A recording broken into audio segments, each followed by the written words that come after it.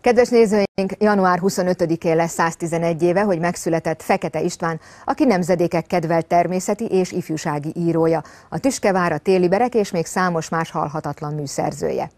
Szülőfalujában, a Somogy megyei Göllében emlékoszlop hirdeti a nevét. Emlékmúzeuma azonban Dombováron van, egy magánház különálló épületében.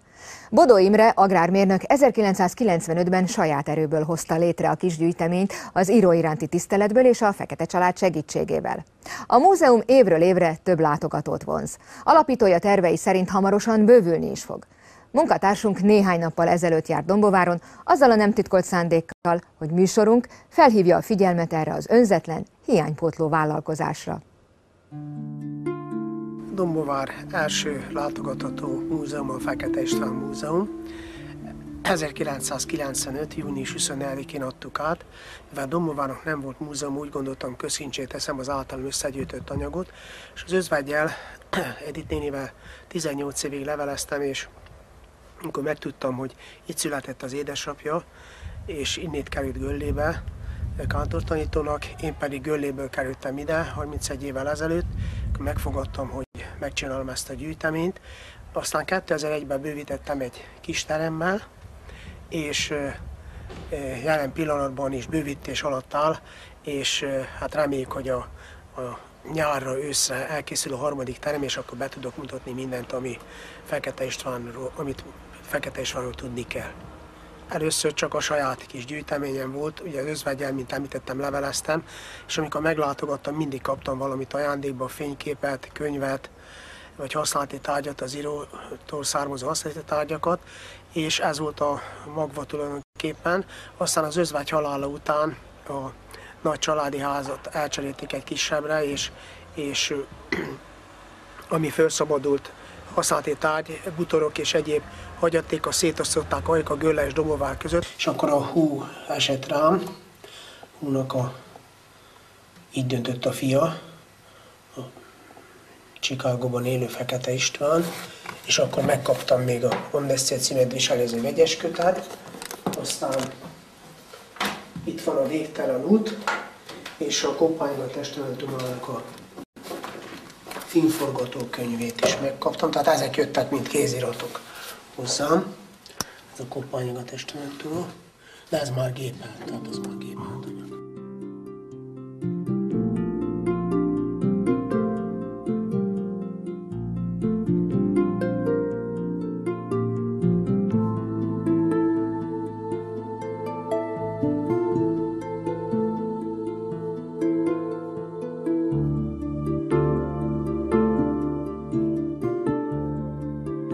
Még vannak az ő kézírása szintén, ezek ilyen töredékek, vázlatok tulajdonképpen olyan is van, meg vers töredékek.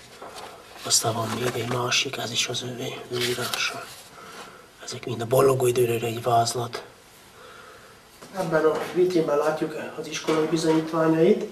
Itt az elemi iskolai bizonyítványát látjuk, aztán a fölvételezőkönyvét a Gazdasági Akadémiára, de itt van nálam az érettségi bizonyítványa is, meg a felsőkereskedelmi iskolai, csak ugye én a fénytől védem őket, ezért vannak a fénymásolatok fölül. Aztán a keresztelés anyakönyv Gölléből, ugye Fekete Árpád és Sipos Anna gyermekeként született, 1900. január 25-én, 27-én meg is keresztelték.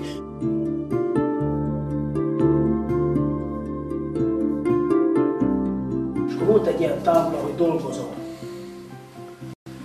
Ez azt jelentette, hogy a dolgozó szobája az nem volt nagyobb, mint ez a kis rész itt, csak éppen befért egy íróasztal, meg egy könyvespolc, meg egy karosszék, és egy zöld posztolfüggöny volt a szárfákon, és azt összehúzta, és akkor kitette ezt a táblát, hogy dolgozom, ilyenkor senki nem zavarhatta, csöröghetett a telefon, csengethettek, ő nem mozdult. Egyedül a kávét vitte be neki a felesége, azt elfogadta. De más akkor nem zavar, ha dolgozott.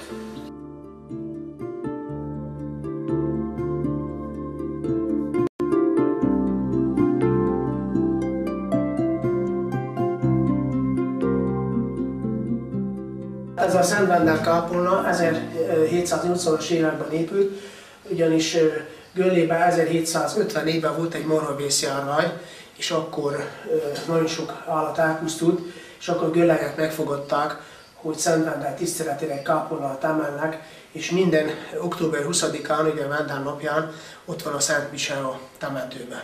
2004. július 30-án volt az exhumálás, hát én is felutaztam Budapestre, és én hoztam a koporsóból darabokat, itt az F meg az E betű látszik halványon, tehát erre a deszkára volt fölírva a neve, hogy Fekete István.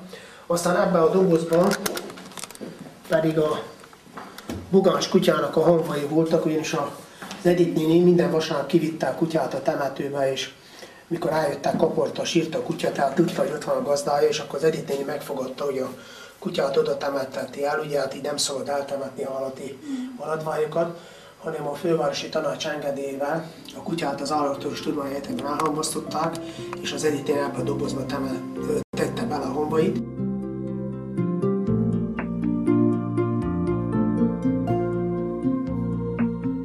A múzeumban minden kiadványa megvan az írónak, tehát az összes könyve. Nem minden első kiadású könyv, de minden könyve megvan nekem.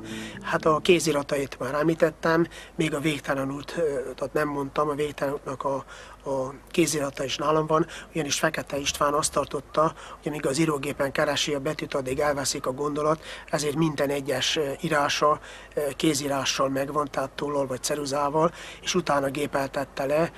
Mennyire korszerű ma Fekete István a fiatalok számára?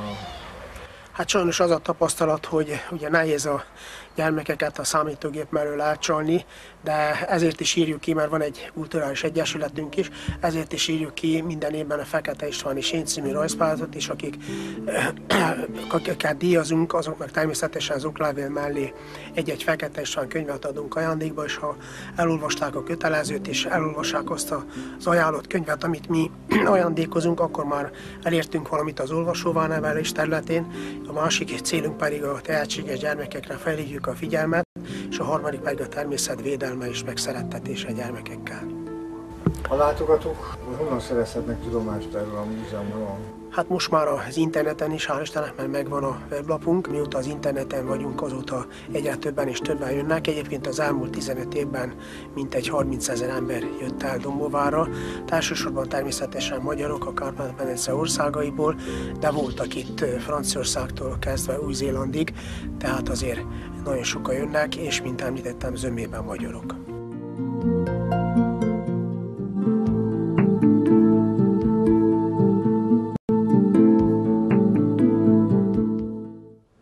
Mára búcsúzom nézőinktől, viszontlátásra holnap a szokott időben.